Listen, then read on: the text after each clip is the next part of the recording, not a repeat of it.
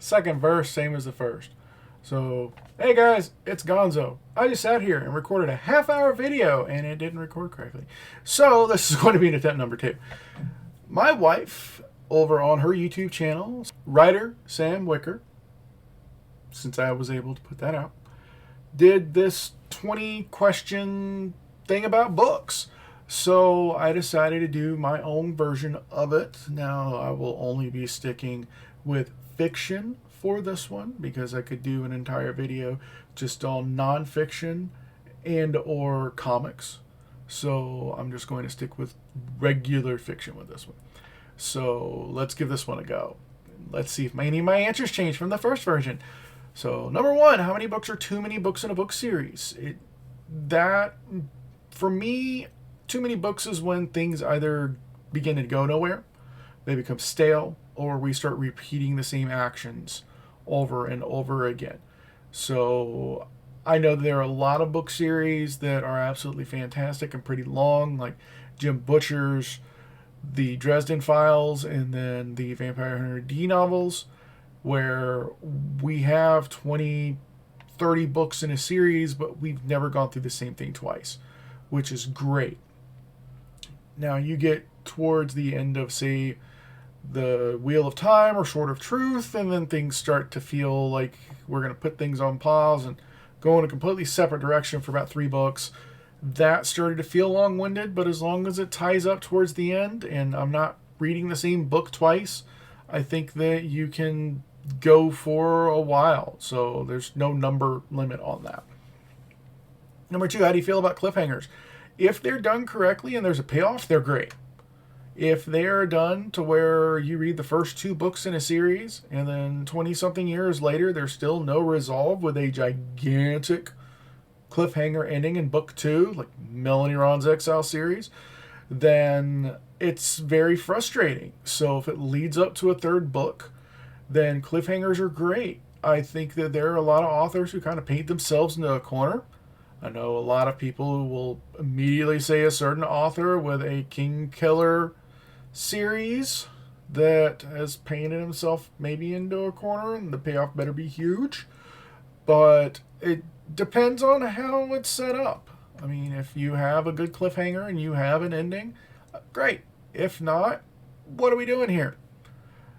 Give me a solution. Give me a resolution by the end of this book. So just don't make it so that, okay, you got to read book 3 to see what happens. Yeah, no, man, no. So number 3, hardcover or paperback? I much prefer hardcover. Hardcovers are pretty. Hardcovers are nice. This is a great book, by the way. I really like hardcovers. However, in a situation where hardcover is stupid high and I just don't want to pick up the hardcover, or there's another edition which is released later, I much prefer the trade paperbacks versus the mass market paperbacks. So there's a huge difference in font, there's a difference in size. These just feel better now as I'm getting older. That's probably a lot to do with it. Is the mass market paperbacks, the font is so tiny that it hurts my eyes. It's all it boils down to, and the font is much bigger on these. They feel better, so I prefer the trade size. But worst comes to worst, I'll buy a hardcover in a heartbeat. Number 4, favorite books. So this one, if you know me, you know that this is without a doubt my favorite book of all time. Stranger in a Strange Land by Robert Heinlein. Well, before I was in college, it used to be Stephen King's The Stand. When I got into college, I discovered Heinlein. I absolutely adore Stranger in a Strange Land. It is everything about 60s counterculture that you could possibly put inside of a science fiction book. I love it so much. Some of my favorite quotes are from Stranger in a Strange Land. I adore this book. As far as, like series go, there's always The Hitchhiker's Guide by Douglas Adams. I can read these and never get bored. I've read the series, the main books, probably 20 times each, if not more. I adore them. I love them. I will always recommend them. And then, like the Vampire Hunter D series, I love the novels for that. I think there's like 36 in Japan. There's 26 that's been published in the United States. I own 16 or 17. I'm a fan. I love it. So they are some of my favorite series. 5, least favorite book. I will go with stuff that will probably get me crucified on YouTube. The 50 Shades of Grey series, not my thing. And it has nothing to do with the BDSM because it's terrible BDSM. It's horrible. If you want a real good BDSM book, I can't recommend Anne Rice's Beauty Trilogy enough. That is a true glimpse into the world of BDSM from the beginning of book 1 to the end of book 3. That is BDSM, not 50 Shades of Grey. And I'm not a fan of the way that the Hunger Games are written, and which is going to lead into another question in a little bit. I don't like the way that they're written. It's too discombobulated. If I'm going through first person perspective, stick with one timeline. Don't keep going back and forth. It's confusing. So, yeah. Love triangles, yes or no? It depends on if it's done correctly. Like in Dark Matter, this one had a really good love triangle for a few chapters because of the material. I enjoyed it. It was realistic. It felt real. I'm okay with that. What I'm not okay with is this Bella, Edward, Jacob garbage that is in every single young adult book. Why? Why are we doing this? Like, it's bad to be with one person or something. If they're done right, I'm okay with it. If it's just for fluff, no. If it's like a polyamorous thing, sure, why not? I don't care. That's on them. I mean, if that's how the characters are, make the characters polyamorous. I don't care. But the whole back and forth, she loves me, no, she loves me. I don't care. I really don't care. Most recent book you could not finish, Hunger Games, and let me tell you why. So I got to the part where Katniss is going up the hill, and the timeline keeps changing in mid-thought. She's going up the hill. She's thinking about Peeta. She's thinking about, things in the past, going hunting, all within the same paragraph. That's annoying. I don't like it. Another one that I haven't been able to finish here recently, and I hate to say it, is Ready Player 2. I don't like these characters anymore. I don't. Parsifal's an asshole. I've gotten maybe a quarter of the way into this book. The boy's an asshole, period. He's self-centered. He thinks only his opinion matters, and everything he does is just for him instead of the weight of the world. Newsflash, Sam's right. Maybe it's because I've gotten older. I don't know. I originally read Ready Player One via the Audible book that Will Wheaton did the narration for, which is fantastic. Then, waiting on the film to come out, my wife and I did a re-listen to that. And it kind of struck me as weird because all it felt like was he was just trying to cram as many pop culture references into a book as he could. I thought it was bad with Armada, but I finished Armada. Armada was Last Starfighter on speed. I was okay with that. But maybe a quarter or a fifth of the way through Ready Player 2, and I don't care about these characters anymore except for Sam. I just don't. The three of them are assholes. And they're assholes to each other, they're assholes to her, and they're assholes to the rest of the world. What the hell happened, man? Seriously, what the hell happened? Okay, now that I'm done with that rant, book you're currently reading. So I've got a couple of things that I'm currently reading. For Christmas, I got book 3 of Peter Tierra's United States of Japan, Cyber Shogun Revolution.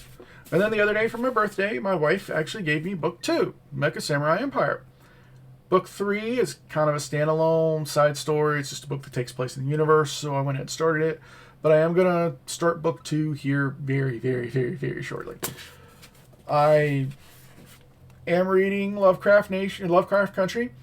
So far, this is fantastic. I love the period piece part to it. I'm a huge Lovecraft fan, even though he was a really bad person. I still love the universe. The same could be said about Orson Scott Card. He's a really bad person, but I do like his work.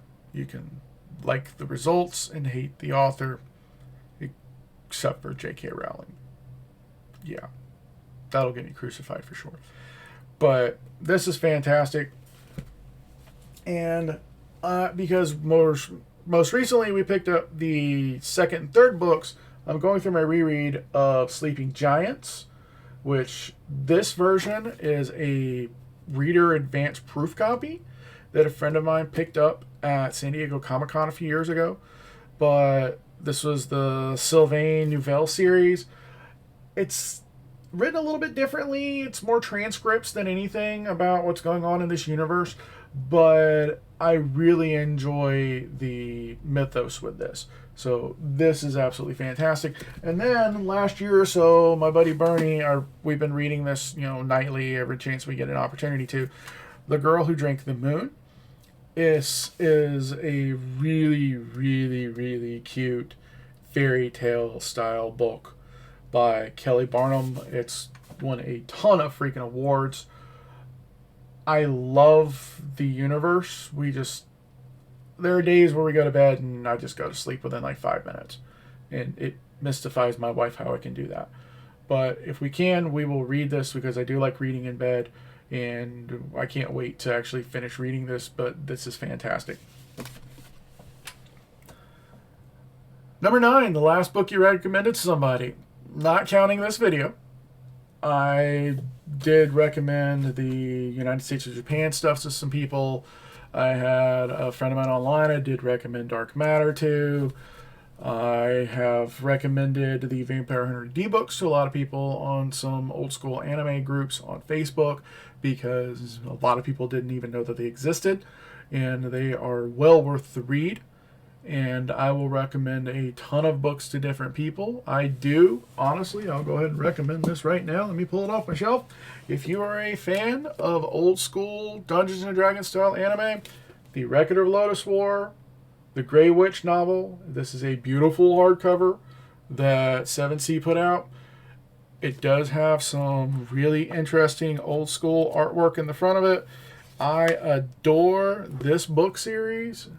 I love Lodoss War because you know the history of Lodoss War. It's basically a D&D campaign turned into an anime. But this is great. I can't recommend this one enough.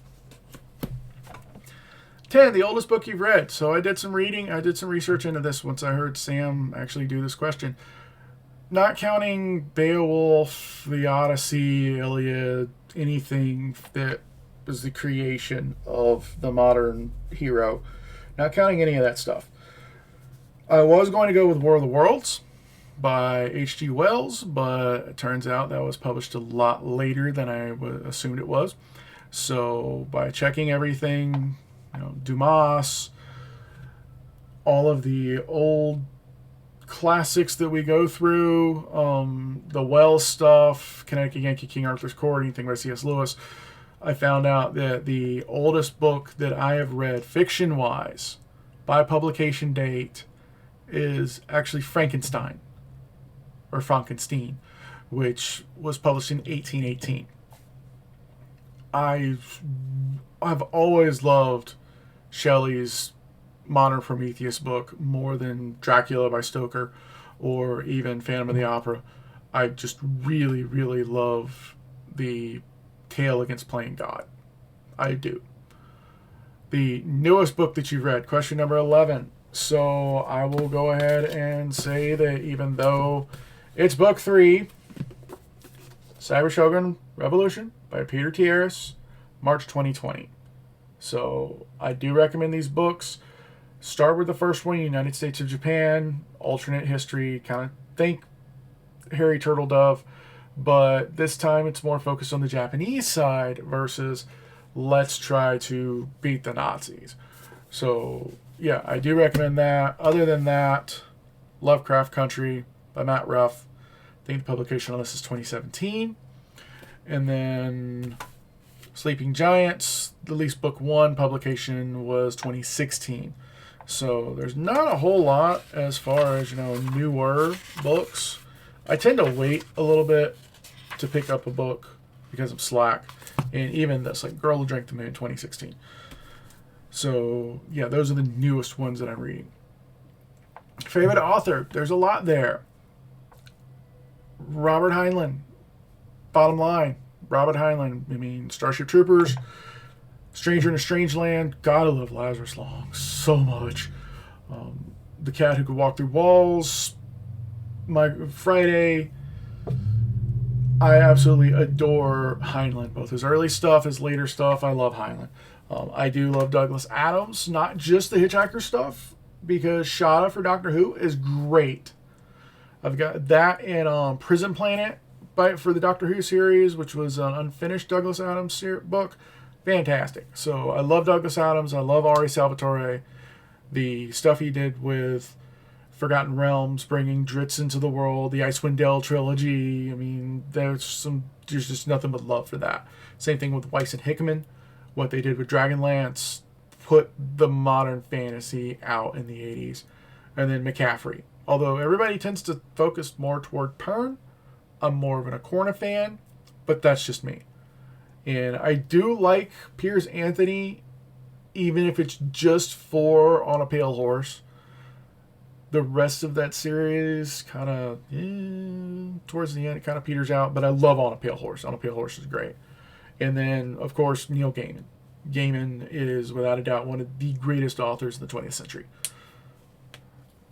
Buying books or borrowing books. As you see, I much prefer to own books. Now, I mean, I will get stuff on both Kindle and in physical. I will borrow if it's something that I want to read, but I just don't want to sink the money into or at the time, but I will eventually probably buy it because I much prefer to own it because, no, I'm not a hoarder, not me. A book that you dislike that everyone seems to love. See the previous comment about 50 Shades. No. Bookmarks or dog ears? Bookmark.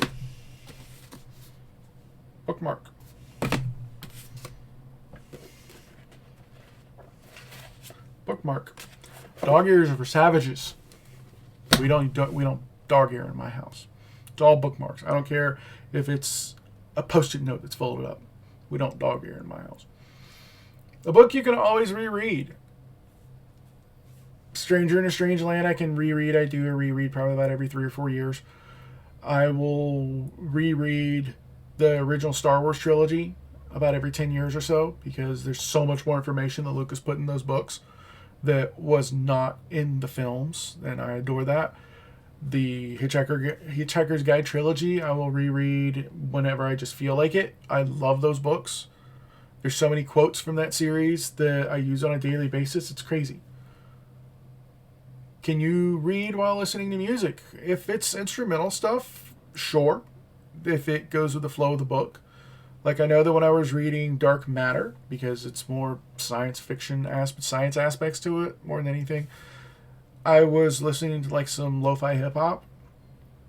So it just all depends. If it's stuff with words, songs that I know, absolutely not, because I'm sitting there singing along and reassociating that with this book, and I don't want to do that.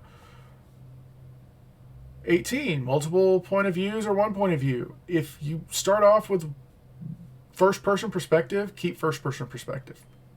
Period.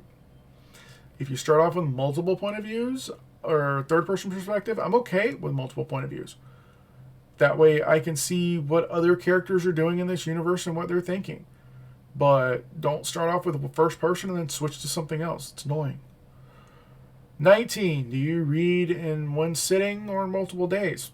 When I was younger, I could read a book in one sitting. I really could. 5th grade, I burned through books during recesses. Connecticut Yankee King Arthur's Court, like 1 or 2 recesses.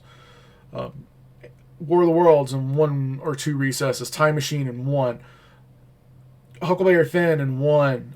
There were a ton of books. Stand took me a little bit longer. I mean, you're talking an 1,100-page book for a 7th grader.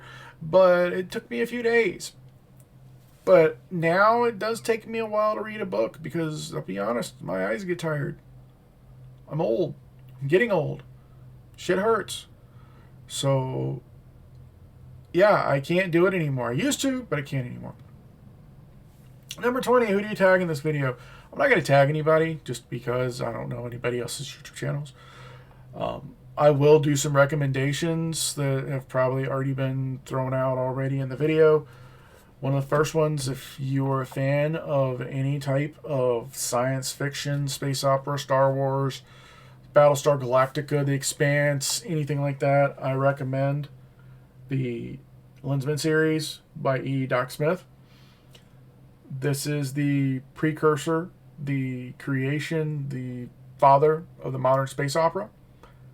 Between this and the Barsoom series by Edgar Rice Burroughs, this is the reason why we have science fiction the way that it is. Flash Gordon, Star Wars, Battlestar Galactica, The Expanse. Insert title here. It's all due to these two book series. Lensman is fantastic. The later books get kind of derivative towards the end. But the Smith books are great. They are a dry read. They are a product of their time. But they're not Lovecraft levels product of their time. This is more along the lines of men are superior, women are weak, blah, blah, blah. But these are fantastic. So there was a movie that came out from Japan in like 84. It's one of my favorite old school anime series. A lot of people don't like it, including Doc Smith's family. So that's why you can't really buy it anymore. I'm lucky I have a VHS of it and the Laserdisc. And I absolutely adore the film, but that's because it got me into this. So I've got these in paperback. I've got them on hardcover. I just recently found these at a Second Charles for, like 80 cents for my third copy of Triplanetary. So I had to pick it up, or else a buddy of mine would have really, really hurt me. But yeah, I recommend these. I recommend the Hitchhiker's Trilogy if you like, like a modern sci-fi. If you want something more sciencey, I do recommend the Dark Matter book by Brett Crouch. I recommend the Vampire Hunter D series. If you are into horror and science fiction and all of that kind of thrown into one, I do recommend, if you want a modern take on the alternate history that takes place in 2017, 18, 19, the United States of Japan series. These are great so far. The first book's fantastic. It takes place in the modern time, unlike some books. I do recommend Harry Turtledove because I love what he's done with his alternate history. I recommend the Philip K. Dick books if you want kind of an older alternate history style thing. I mean, Androids Dream of Electric Sheep is the basis for Blade Runner. So yeah, there's some great books out there. If you want a fantasy book that's written by somebody you don't know, but feels just like Tolkien. I mean, Record of Lodoss Wars. There are 9 books of this out. There's only 1 published in English. These are awesome. So there's some great recommendations. And then just because it's a fantastic book, and I recommend both authors, Terry Pratchett and Neil Gaiman, Good Omens. This is a great book. This is a fantastic book. The Amazon series is amazing. But the book, the way that it's set up with little notes on the bottom of pages to tell you, yeah, this is real, this is not. This is fantastic. I can't recommend this enough. I'll always recommend Pratchett and Gaiman, period. Neverwhere, Sandman, I mean, hell, just the Discworld series. But it's great stuff.